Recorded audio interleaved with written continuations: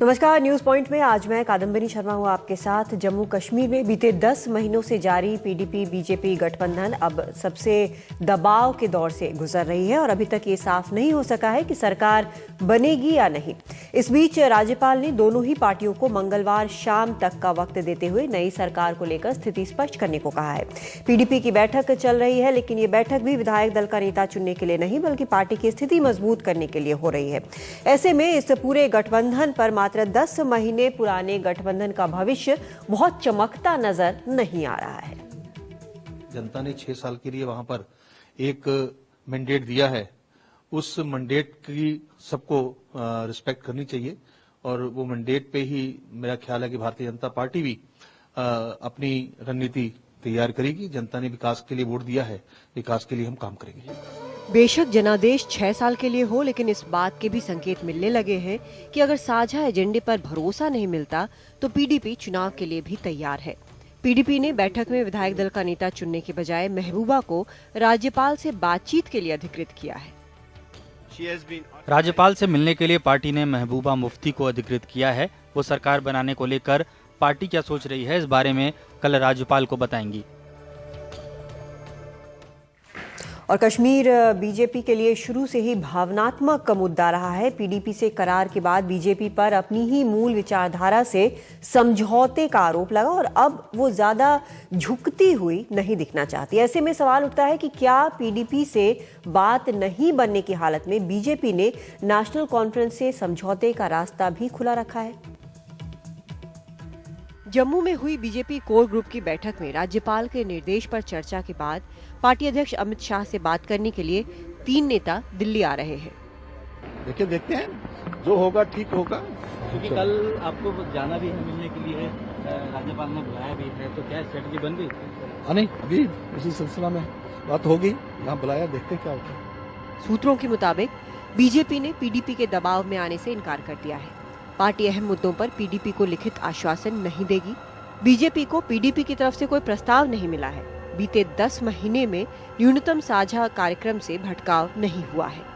BJP को लगता है कि महबूबा उसे झुकाकर अपने वोटरों को संदेश देना चाहती हैं, जिसके लिए वो तैयार नहीं दिखती।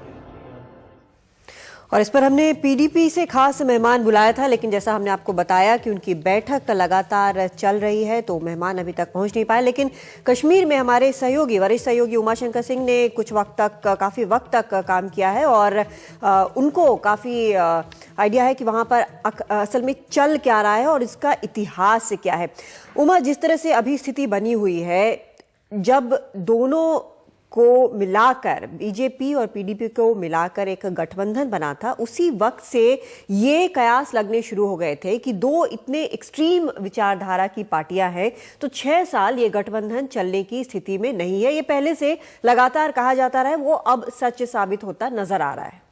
जी बिल्कुल कादम्बरी, देखिए जब ये गठबंधन की बात भी हुई थी तो बहुत ही ऐसा लग रहा था कि ये तो बिल्कुल इम्पॉसिबल सी बात है, क्योंकि दोनों ही पार्टियां एक दूसरे के खिलाफ जाकर लड़ी हैं। जम्मू रीजन में अगर बीजेपी को बहुत ज़्यादा वोट भी मिला तो एक पोलराइजेशन का नतीजा उसको माना गया और यही वैली में हुआ जहाँ पर पीडीपी को 28 सीटें मिली। तो जाहिर सी बात है कि नॉर्थ पोल और साउथ पोल को मिलाने की जो बात हुई थी उस समय, वो एक्सपेरिमेंट लगता है कि फेल कर गया है। और ये फेल जो हुआ अभी मुफ्ती साहब की मौत के बाद, ये इसलिए फोर फ्रंट पे आ गया क्योंकि तब भी कोई बहुत ज़्यादा अच्छे से वो नहीं चल रहा था मामला। हाँ। क्योंकि अगर आप देखें सीक्वेंस ऑफ इवेंट तो बहुत सारे ऐसे इश्यूज हुए थे जिसको लेकर दोनों दलों के बीच एक मनमुटाव सा जो पैदा होने लगा था। चाहे आप वो दो जो राज्य के झंडे की बात को लेकर हो या धारा 370 को लेकर जो कानूनी लड़ाई बीजेपी की तरफ से छेड़ने की कोशिश हुई हो, तो या उसके अलावा जो इमदाद जो सेंटर से जो मदद देने की बात थी, वो भी जो है वो कश्मीर को लग रहा था, जम्मू और कश्मीर की सरकार को लग रहा था कि पूरा नहीं मिल रहा। तो तनाजे तब से शुरू हो गए थे,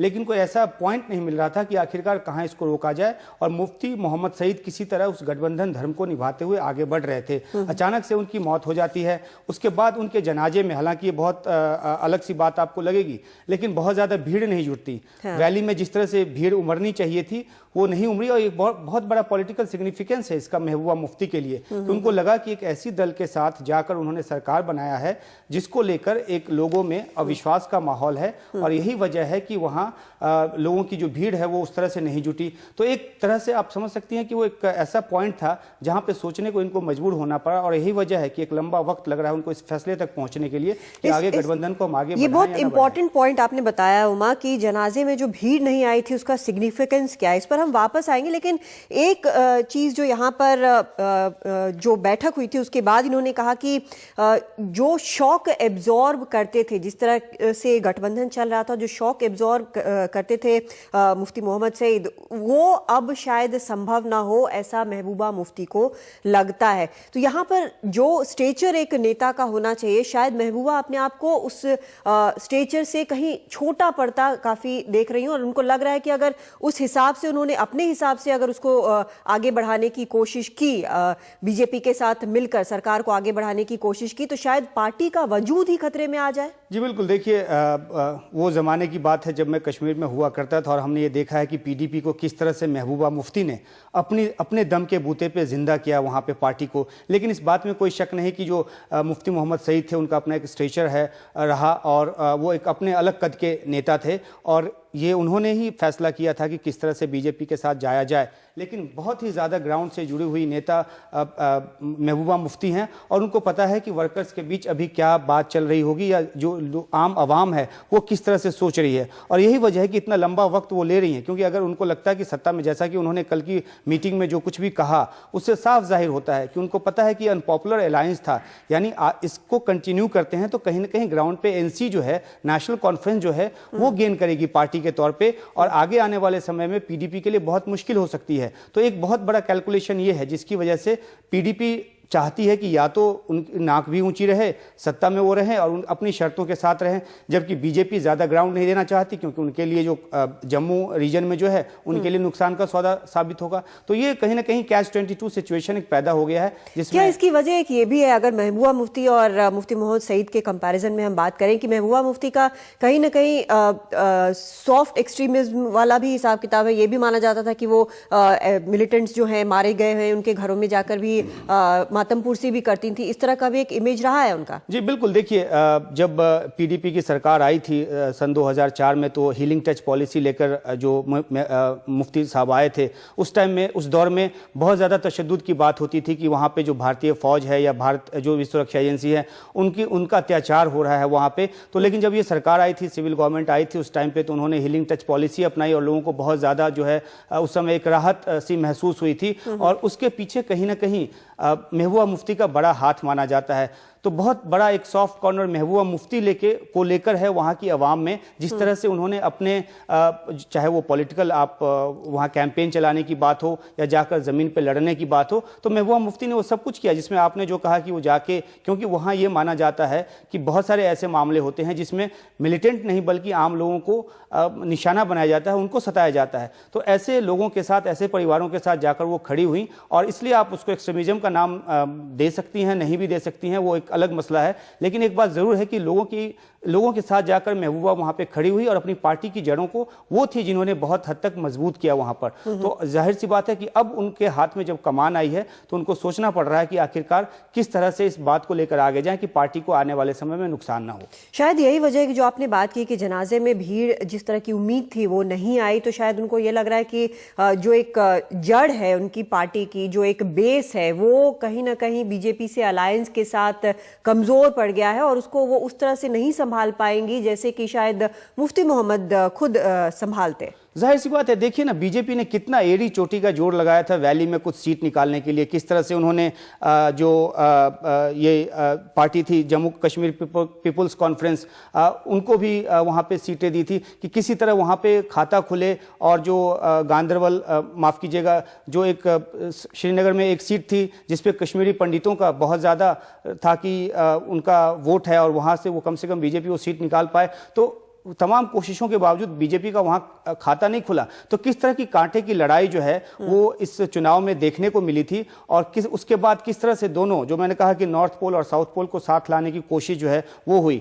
लेकिन उस समय भी आशंका व्यक्त की जा रही थी, लेकिन तब ये आशंका व्यक्त की जा रही थी कि हो सकता है कि वो श्राइन बोर्ड को जमीन देने के मामले में, अमरनाथ श्राइन बोर्ड को जमीन को लेकर, या अमरनाथ यात्रा के दौरान कुछ इस तरह के विवाद पैदा हों, या बहुत सारे ऐसी आशंकाएं व्यक्त की जा रही थी कि जिस पे जाके कुछ एक यील्डिंग पॉइंट तक पहुंचे और बातचीत टूट जाए, गठबंधन टूट जाए। लेकिन उसके पहले उनकी मौत हो गई मुफ्ती मोहम्मद सईद की, और उसके बाद जाकर अब इस मुहाने पे पार्टी खड़ी है, इस मुहाने पे महबूबा मुफ्ती खड़ी है कि उनको सोचना पड़ रहा है कि आखिरकार वो जाएं तो अपने पब्लिक के बीच में क्या मुंह दिखाएंगी। और लेकिन फिलहाल अगर अभी की स्थिति हम देखें, जिस तरह से महबूबा मुफ्ती सोचने के लिए वक्त ले रही है, एक साइलेंस को जिसको कहते हैं बड़ा अच्छा एक हथियार बनाया उन्होंने, कुछ भी स्थिति क्लियर ही नहीं कर रही, तो इसलिए बीजेपी भी अब खुद ही कयास लगाई जा रही है, इंतजार किए जा रही है, और किसी को पता नहीं है कि महबूबा मुफ्ती आखिर सोच क्या रही है। ऐसे में जो अभी एक ऑप्शन नजर आ रहा है क्लियर कट, वो ये कि वहां पर राज्यपाल शासन लगा रहेगा।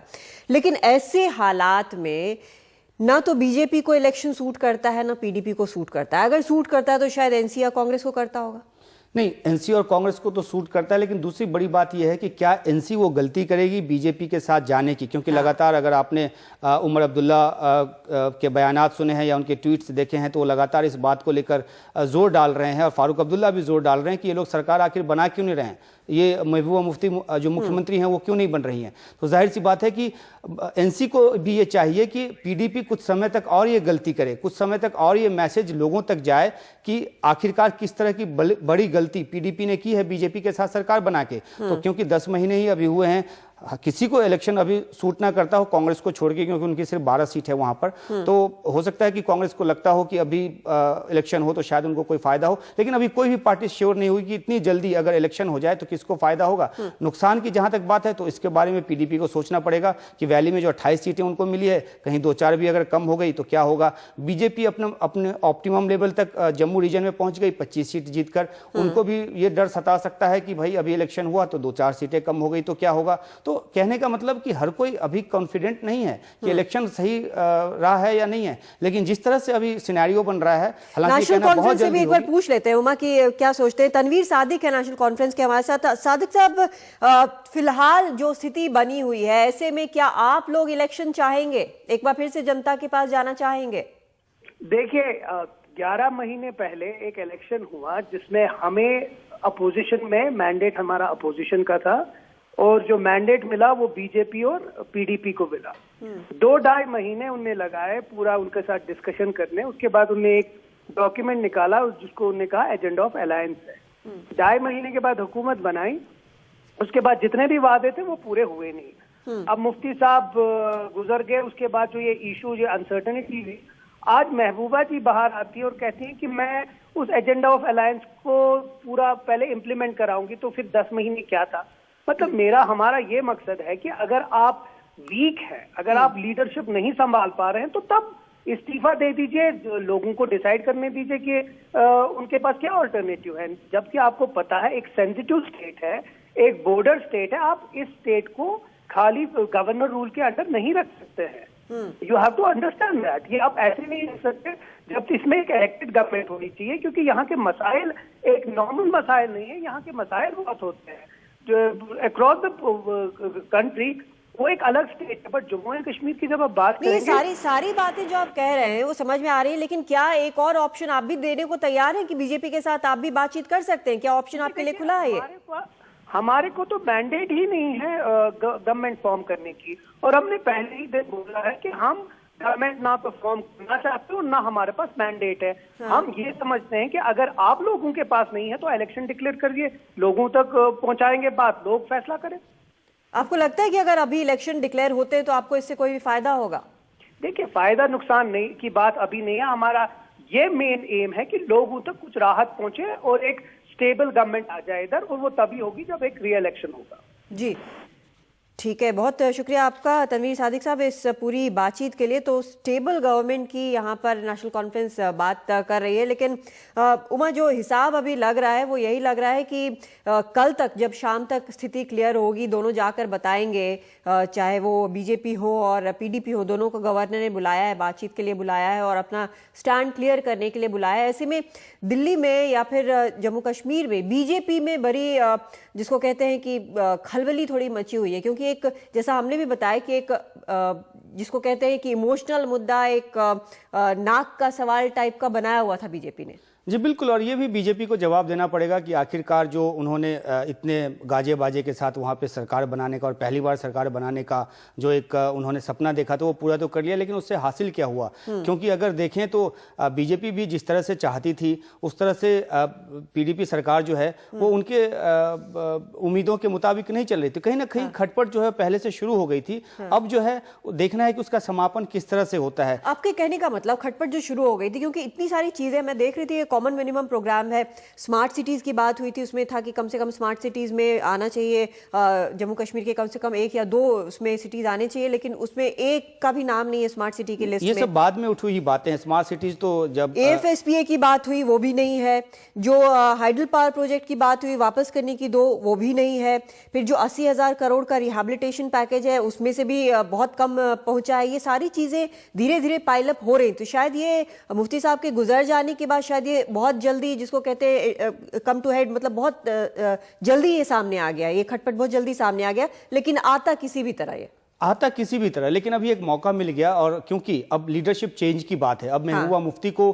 कमान हाथ में लेने की बात है और वो बहुत दूर का सोचती हैं जितना मैं उनको जानता हूं, तो जाहिर सी बात है कि ऐसे में ये बहुत बड़ी बात नहीं होगी अगले 4 या 5 साल तक आप सरकार चला लो, सत्ता में बने रह जाओ। लेकिन उसके बाद क्या होगा? क्योंकि उस समय जो एंटी इनकमेंसी फैक्टर होगा वो पीडीपी सरकार के खिलाफ होगी, और न सिर्फ इसलिए कि कामकाज पे कहां पे वो उतरी, इसलिए भी कि बीजेपी जैसी पार्टी के साथ मिलकर उसने रूल किया जिसके कि अगेंस्ट मैंडेट वैली के लोगों ने दिया था। तो जाहिर सी बात है कि इन सवालातों को लेकर अभी से महबूबा ने सोचना शुरू कर दिया है, और यही वजह है कि वो इस फैसले पे पुनर्विचार की बात जो है वो उन्होंने कल की मीटिंग में की है। अब आगे देखना है कि उनकी तरफ से किस तरह का फैसला सामने और जो चीजें उन्होंने रखी है, ये भी खबर आ रही है कि उन्होंने रिटर्न में एश्योरेंस मांगा है। ऐसा होता नहीं, और ये भी कि राम माधव जो कि चीफ इंटरलोक्यूटर कह सकती हैं आप एक तरह से बीजेपी की तरफ से हैं, उनके लेवल पे नहीं, हाईएस्ट अथॉरिटी के लेवल पे यानी अमित शाह और नरेंद्र मोदी के लेवल से उनको अश्योरेंस चाहिए था। तो इस तरह से राजनीति में होता है। ये भी कह रही है कि टाइम लिमिट सेट करने की बात हो रही है, ये भी शायद मुश्किल होगा, क्योंकि 6 साल का अगर रूलिंग पीरियड वो मानती हैं तो उसके पहले साथ में आने के लिए इसका क्या मतलब है, ये भी समझ में नहीं आता। बिल्कुल, इतना वो अपना स्टैंड इतना हार्डन करना, इम्पॉसिबल सिचुएशन क्रिएट करना चाहती हैं बीजेपी के लिए। नहीं, इम्पॉसिबल नहीं हो, कम से कम इतना तो जरूर चाहती हैं कि इतना बार्गेन कर लें ताकि वो अपने अवाम को, अपनी जो उनके जो वोटर्स हैं उनको जवाब दे सकें कि देखिए हमने बीजेपी के साथ मिलकर रूल तो किया, लेकिन एवज में हमने ये चीजें हासिल की। तो इस तरह का सिचुएशन वो चाहती हैं, और चाहती हैं कि अगर गठबंधन टूटे भी तो इस स्टैंड के साथ टूटे कि देखिए हम तो आप लोगों के लिए ही बलिदान हुए हैं, आप लोगों के लिए ही शहीद हुए हैं, क्योंकि हम इन सब चीजों पर हमने अपना स्टैंड टफ किया, जिसको कि बीजेपी ने नहीं माना, तो हमने सरकार को आगे बढ़ाने से मना कर दिया। बहुत संक्षिप्त में एक जवाब चाहेंगे, जो स्थिति मुझे बनती दिख रही है यहाँ पे लूज सिचुएशन सिर्फ मुझे बीजेपी की नजर आ रही है। ये कहना जल्दबाजी होगी थोड़ी सी, क्योंकि अगर अभी 6 महीने के राज्यपाल के रूल के बाद अगर स्टेट में इलेक्शंस होते भी हैं तो उस समय की स्थितियां क्या होंगी, बीजेपी फिर कौन सा नया कार्ड लेकर आएगी, और जम्मू रीजन में क्या इससे लेकर और ज्यादा कंसोलिडेशन होगा, तो ये अभी समय के साथ बातें खुलकर सामने आएगी। अब बीजेपी को फौरी तौर पे ये तो झटका जरूर लगेगा कि जो कश्मीर में उन्होंने एक बहुत ही जयगान के साथ जो अपनी सरकार बनाई थी उसको लेकर उनको थोड़ी सी शर्मिंदगी उठानी पड़ेगी कि शायद बहुत ज्यादा पुख्ता तरीके से उन्होंने टटोला नहीं था सरकार में साथ जाने के पहले, सरकार में जाने के नाम पे वो पीडीपी के साथ चली गई थी। ठीक है, बहुत शुक्रिया आपका उमाशंकर सिंह इस पूरी बातचीत के लिए। तो फिलहाल अभी थोड़ा इंतजार करना होगा कल का भी, कल जब दोनों पार्टियां साफ करेंगी राज्यपाल के सामने कि उनका स्टैंड क्या है और उसके बाद क्या कदम उठता है, और 6 महीने बाद अगर 6 महीने तक राज्यपाल शासन चलता है तो उसके बाद कौन सी पार्टी किस स्थिति में रहती है, और सब कोशिश करेंगे कि वो सबसे मजबूत स्थिति में हो।